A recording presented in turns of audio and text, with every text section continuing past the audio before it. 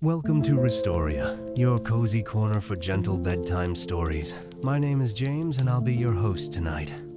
Every night, we bring you peaceful tales designed to calm your mind and help you drift off into a deep, restful sleep. So snuggle in, close your eyes, and let the story begin. The story tonight is called The Gentle Train Ride. Chapter 1. The Station at First Light. The station at Brookhill was little more than a bench under a sloped green awning, with a faded sign swinging gently in the morning breeze. The platform, made of old timber and moss-softened edges, looked like it had grown out of the ground rather than been built atop it. Birds called lazily from the trees nearby, and the scent of damp earth lingered in the air, carried by the quiet hush of a recent rain.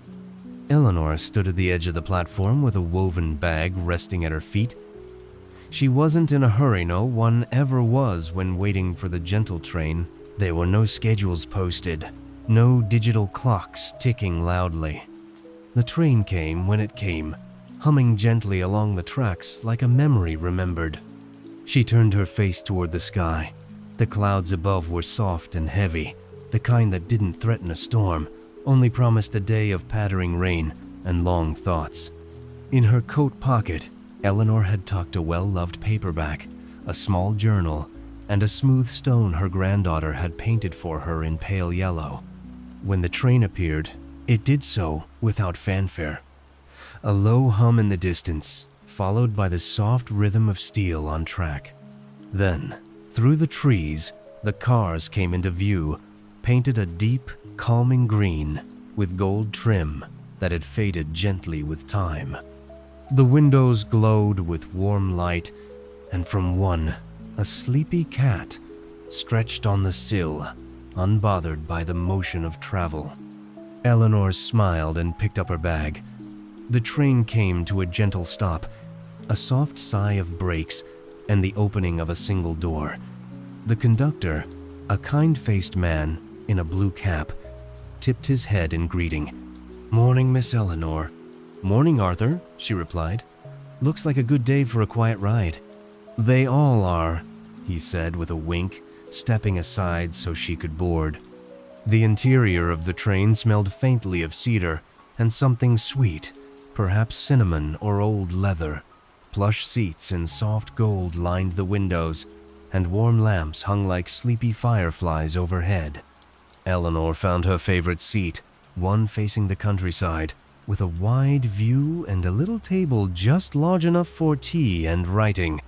She settled in, folding her coat over her lap, and the train gave a soft lurch as it began to move. Outside, the countryside stretched slowly into view, rolling hills, dotted sheep, narrow creeks reflecting the silver sky. The train moved with no urgency, gliding as though in step with the rhythm of a day meant for peace. The first drops of rain returned gently, tapping on the glass like a polite knock. Eleanor didn't mind. She opened her book but didn't yet read. Instead, she let her gaze drift, watching the way the raindrops gathered and chased each other down the window. Others sat quietly throughout the carsome reading, others with their eyes closed, simply listening to the rain and the quiet hum of movement. A man in a thick scarf poured tea from a silver flask into a small enamel cup. Across from him, a girl rested her head against her mother's shoulder, their breath slow and synced like lullabies. The train passed a line of tall birch trees, their white trunks gleaming even in the dim light. Behind them, a small cottage with smoke curling from the chimney slipped into view, then out again like a passing thought. Eleanor picked up her pen and journal, writing a single sentence. "The world doesn't rush here." She underlined it softly, then smiled to herself. The train rolled through meadows and low stone bridges, beneath old tunnels and past gardens in bloom despite the drizzle. Each place it passed felt quietly loved, cared for not by time, but by attention. A soft chime sounded from above the door, and Arthur stepped into the car with a cart of warm drinks and small pastries. He moved slowly, offering items with a gentle voice, as if not to wake a dream. "Chamomile?" he asked Eleanor. "Please." He poured it into a ceramic cup with a small saucer, placing a lemon shortbread beside it. "For the rain," he said. "Thank you, Arthur." He nodded and moved on. Eleanor cradled the cup in both hands, its warmth a balm against the cool window beside her. As the train glided forward, the countryside opened wider. The rain fell steadily now, a rhythmic patter that echoed softly inside the car. Eleanor took a sip of her tea and closed her eyes. She didn't know how far the train would go today, nor did she need to. The journey was the destination, and the destination was peace. Outside, the hills rolled on. Inside, the quiet carried her gently forward. Chapter 2. A Window Seat of Memories. The train rolled on, as steady and soft as a lullaby, carrying its passengers deeper into the countryside where fog nestled like a blanket along the low hills. Rain continued to tap gently on the wide windows, never loud, always kind. The world outside blurred slightly, as though painted in watercolor's gray skies, green fields, the soft brown of distant barns. Eleanor remained in her seat by the window, her tea now finished and her journal resting in her lap. She watched the landscape shift slowly, not so much changing as revealing itself piece by piece. A row of poplar trees drifted into view, their leaves turning golden, and then they were gone, replaced by a grazing field dotted with white sheep. The steady motion of the train and the gentle rain created a rhythm that stirred something in Eleanor's heart. A distant memory, maybe. She reached into her bag and pulled out a folded envelope, yellowed at the edges, with a smoothness earned from being read many times. The handwriting was elegant, a little shaky. "Dearest Ellie, I hope today you're somewhere near trees, near soft clouds, near peace." It was from her husband, written during his last trip on this very train, a year before he passed. He'd written it knowing she would someday write it again, and that she would open it here when the rain fell and the hills rolled gently by. She smiled, tears barely forming before they settled back in, like mist returning to earth. Across the aisle sat a young man with wire-rimmed glasses and a sketchbook on his knees. He drew steadily, pencil moving like a whisper across paper. Occasionally, he glanced out the window, then back down. Eleanor watched him for a moment, wondering what the countryside looked like through his eyes. She caught his attention with a soft clearing of her throat. "What are you drawing?" He smiled, holding up the sketch. A cabin nestled beside the tracks, surrounded by wildflowers, even in the rain. "I like to draw what's almost gone before it disappears," he said. Eleanor nodded. "You're doing a beautiful job of remembering." He blushed, then returned to his sketching. She watched the trees pass for a while longer, each branch and leaf part of the soft background melody of motion and memory. Arthur, the conductor, passed through the car again, this time stopping to adjust one of the lamps. "Comfortable?" he asked Eleanor, glancing down at the journal and the envelope. "Very," she said. "This is the sort of place where you remember things you thought you'd forgotten." Arthur chuckled. "The train has a way of knowing what you need." He continued down the aisle, his steps making no sound against the thick carpet that ran the length of the car. The train began to slow not suddenly, but like an exhale. Outside the window, a station appeared, no more than a wooden bench and a shelter with a patchwork roof. No one got on or off, but the train paused anyway, long enough for someone, somewhere, to change their mind.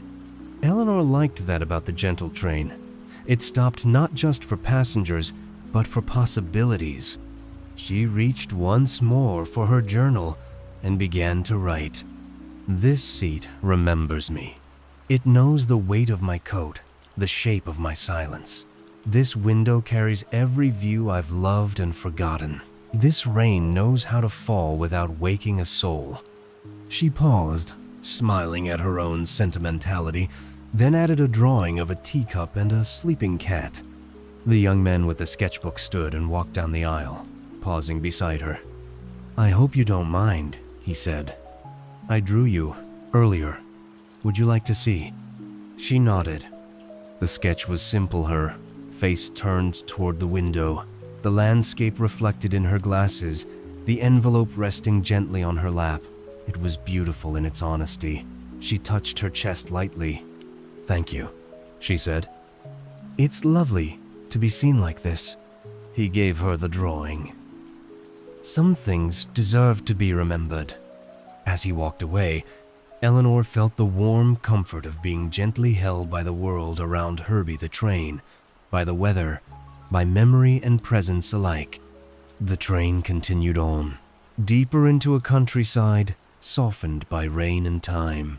Eleanor rested her head against the cool glass and closed her eyes, letting the rhythm of the journey carry her forward. Outside, the world turned slowly, patiently, and the gentle train moved with it, never rushing, always arriving. Chapter 3. Tea and Tunnels. The rain had settled into a steady rhythm now, tapping softly on the train's windows with the familiar cadence of comfort. The countryside rolled by in a muted blur of green and gray, with hints of early autumn gold tucked here and there in the folds of the landscape. Inside the carriage, the warmth of lamplight and soft upholstery created a cocoon of calm. Eleanor remained in her favorite seat, her journal resting open beside her. The pages held sketches and scattered thoughts from earlier that morning, a curl of smoke from a distant chimney, a quote overheard from Arthur, and a poem in progress about the hush between raindrops. Across the aisle, the young artist's name was Theo, she had learned was still sketching. His pencil moved in gentle arcs, as though coaxing each shape into existence. The pair had exchanged few words since their brief conversation, but their shared silence was companionable. Arthur reappeared with his trolley, this time carrying a small stack of books and an assortment of teas. "We've just passed Fern Hollow," he said, pausing beside Eleanor. "Next stretch has a few tunnels. Perfect time for something warm." She selected a cup of spiced black tea with honey, the scent immediately evoking memories of rainy days spent by her window at home, a dog-eared novel in her lap. Theo, reaching across the aisle, picked a chamomile blend and offered Arthur a faint, appreciative smile. "Will the tunnels be long?" "A few minutes each," Arthur said, adjusting a lantern above their seats. "But it gets mighty quiet in there. Some folks say it's the best part." The train began to slow, ever so slightly, as it approached the first of the tunnels. The exterior world faded, replaced by the smooth darkness of stone and the soft echo of the train's own motion. Inside, everything grew hushed, as though wrapped in velvet. The sound of the rain stopped. The world was pared down to the steady hum of wheels on rails and the faint clink of china from tea being sipped. Eleanor leaned back, her eyes half closed, her mind drifting. She thought of how the tunnels felt like pauses, not interruptions, but deep breaths. A place for recollection, for reflection. Theo turned to her. "Do you ever feel like the tunnels are moments between time?" She opened her eyes slowly, smiling. "Yes. Like we're floating between what was and what's next." He nodded and returned to his sketchpad, shading in a drawing of the tunnel entrance they'd just passed through a yawning arch of stone half covered in ivy. He worked quickly, capturing its texture from memory. Another tunnel.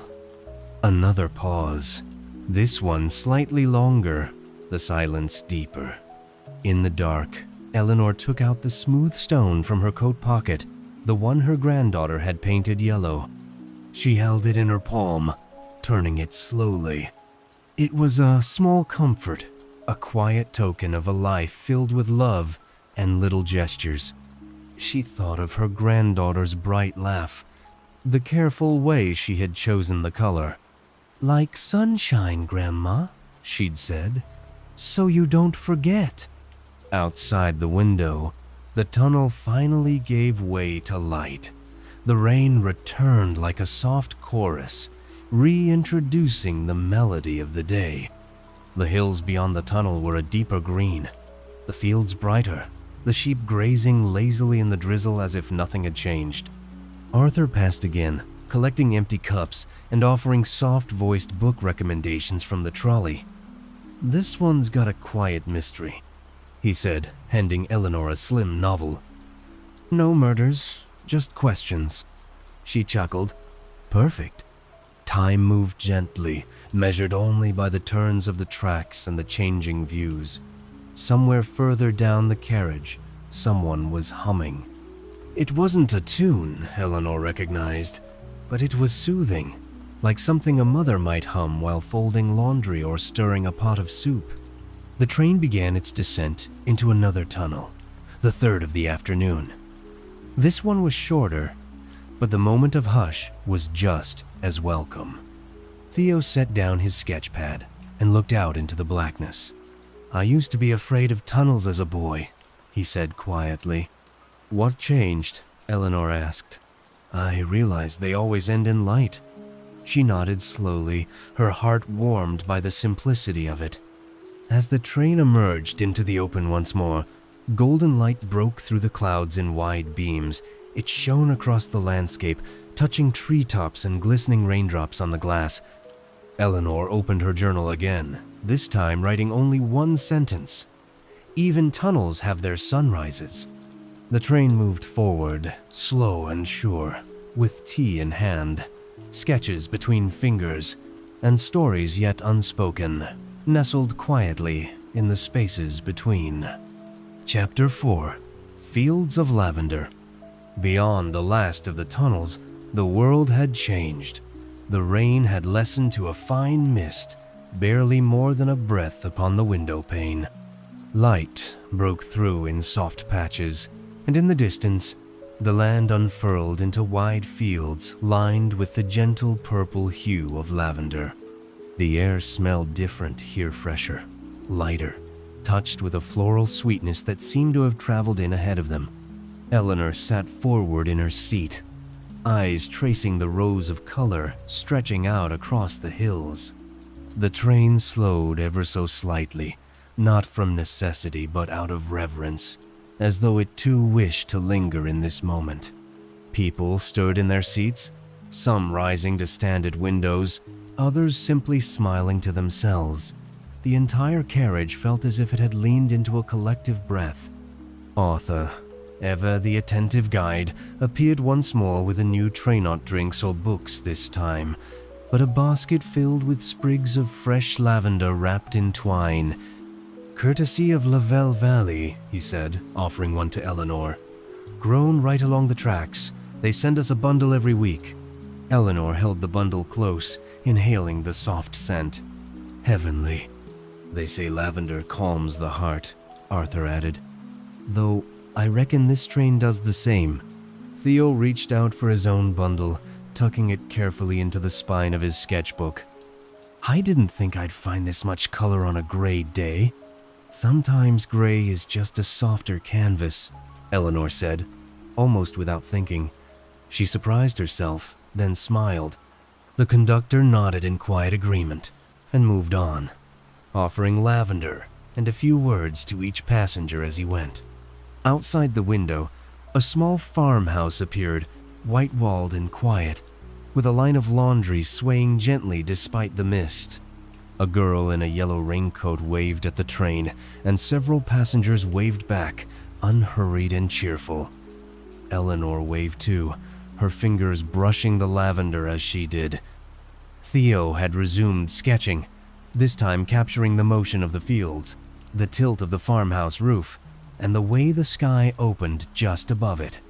He worked quickly, the strokes loose but sure. "You'll need a bigger book before long," Eleanor said kindly. "I don't mind. I think it's good to leave some things unfinished." She looked down at her journal.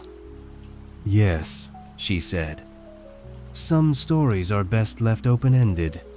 The train passed a pond framed with tall grass, the water glassy with only the lightest ripple. Ducks glided lazily across its surface. Beyond it, the lavender continued, rolling in purple waves across the hills. The smell of it floral, earthy, and faintly sweet filled the carriage, blending with the scent of tea and old wood. Eleanor thought of her garden at home, the small corner plot she used to tend with her husband. He had once planted lavender there for her, knowing how much she loved its quiet beauty. "I used to grow some of this," she said aloud, more to the train than anyone. Theo looked up. "What happened to it?" She paused, then gave a soft shrug. "The garden's still there, but the hands are different now. That's how it should be." He nodded, respectful of the space in her voice. The train rounded a gentle bend, and in the distance, a grove of willow trees appeared, draped in soft green. Beneath them, a picnic was underway, families in raincoats sitting on waterproof blankets, sharing bread and cheese and thermoses of warm cider. The train gave a soft whistle in greeting, and the picnickers raised their cups. "I like that," Eleanor said, "to be part of someone else's memory without even stepping off." Theo smiled. "I wonder how many photo albums this train is in." They shared a quiet laugh, then drifted back into companionable silence, each content in the view and the warmth of shared presence. As the train gently pulled away from Lavelle Valley, the lavender fields slowly slipped out of view, replaced once more by winding paths and low stone walls. But the scent lingered, caught in the fibers of scarves, in the folds of journals, in the space between words spoken and unspoken. Eleanor tucked her lavender bundle into the front pocket of her coat, where it peeked out like a pressed memory. She took up her pen again and wrote, "There are places that pass through you as you pass through them, lavender and mist, silence and breath." The gentle train rolled onward, its rhythm steady and soothing, carrying its passengers through the quiet wonder of the in-between. Chapter 5. The Quiet Stop. The gentle rhythm of the train continued, lulling passengers into that soft space between thought and daydream. Outside, the mist had lifted slightly, leaving behind dew-kissed meadows and sleepy hills. A river had appeared alongside the tracks, meandering like a silver ribbon, always just in view. Eleanor looked out over the waters, watching the reflection of trees ripple and reform with each small breeze. The world felt unhurried here, like the day itself had decided to move at the train's pace. Even the river seemed to glide instead of flow. Ahead, the soft chime sounded again, a bell that was less of an announcement and more of a suggestion. Arthur's voice followed, low and comforting over the speaker. "We'll be making a quiet stop at Willowmere, just a moment's rest." Eleanor sat a little straighter. Willowmere. It was a name she hadn't heard in years, yet something about it felt familiar, like an old song whose melody returned before the lyrics. She had once stayed there, long ago, for a summer that smelled of pine and lavender and warm bread cooling on windowsills. The train slowed until it barely moved at all, finally stopping at a modest wooden platform overgrown with ivy. No sign hung, no crowd waited. Just a bench, a crooked mailbox, and a path that curved into tall grass. No one moved to leave, nor to board, yet the train paused, unbothered by expectation. Arthur entered the car carrying a teapot this time, its sides decorated with small painted birds. "Willowmere," he said, gently pouring for those who raised their cups. "A place for pause. Sometimes that's all we need." Theo turned in his seat. "Do people live there?" Arthur smiled. "Perhaps. Or perhaps they simply visit. It's the kind of place you find only when you're ready." Eleanor looked out at the bench, a pair of birds perched there, preening quietly in the morning light. She imagined walking the narrow path again, hearing the hush of the trees. smelling pine needles warmed by the sun. She didn't need to step off. The memory was enough. The door of the train opened anyway, and the breeze that followed was rich with the scent of wild mint and damp earth. A child's laugh echoed faintly from somewhere unseen brief, and then gone. "I came here once," Eleanor said, more to herself than anyone. Arthur heard her. "And now you've returned, in your own way." The stop lasted only a few minutes, but time didn't seem to mind. When the train gently pulled away, no one asked where they were headed next. The journey itself remained the point. As the train picked up its pace again, the world outside shimmered under the mid-morning light. A deer stood at the edge of a forest clearing, its ears high and still. Then, with no fear, it turned and stepped back into the trees. Theo continued sketching in quick, gentle strokes. "I don't think I'll ever finish these drawings," he said. "Then you'll always have a reason to return," Eleanor replied. A soft hush fell over the car. Some passengers napped, others read slowly. Someone began to knit, the rhythmic clicking of needles joining the soft sounds of wheels and wind. Eleanor traced the edge of her journal with one finger. On the page before her, she wrote, "There is a stop along every journey that asks nothing of you. It offers only stillness and the chance to remember who you were when the world was quiet." She closed her eyes for a time, the motion of the train cradling her like a lullaby. When she opened them again, the view had shifted. A field of sunflowers passed by, bright even under the overcast sky. Each head turned slightly, as if nodding to the train. "You're smiling," Theo said gently. "I suppose I am. Was Willowmere what you remembered?" "No," Eleanor said, glancing back toward the direction they'd come. "It was better." The river returned beside them, now wider and glimmering. Ducks floated along its edges, their wakes soft and slow. The rest of the day would unfold, just like the train, quietly, gently, in its own time. And Willowmere would remain there, tucked along the tracks, not as a destination to reach, but as a moment to remember, a place between places, a breath before the next word. Chapter 6. The Last Curve Home. Afternoon settled softly over the countryside, bringing with it a mellow light that turned the world golden at its edges. The gentle train curved around low hills and dipped through valleys where the trees wore crowns of mist. There was no rush to reach the end of the line, no whistle blown in haste. It moved as it always had, steadily, kindly. Eleanor stirred in her seat, not from restlessness, but from a sense of nearing something. She could feel it not in the rumble of the wheels, but in the way the light had shifted, in the way her thoughts returned like familiar birds coming into land. Theo sat quietly across from her, sketchbook closed now, resting in his lap. He was watching the scenery pass, his expression soft and unreadable. Between them, on the little table, lay the remains of a lemon scone and 2 cups of tea, half finished and still warm. "You ever think," Eleanor said, her voice low and thoughtful, "that the places we're going are already waiting for us?" Theo turned to her. "I think some places miss us before we even arrive." The train passed through a grove of oaks, their branches arching like a cathedral over the tracks. The shadows there were dappled and soft, like a quilt laid gently over the landscape. In that quiet space, memories stirred again of other train rides, other landscapes, and people she had loved along the way. Arthur stepped into the car, hat in hand, as if to honor the hush. "We're approaching the last curve," he said gently, as though reading the room's breath.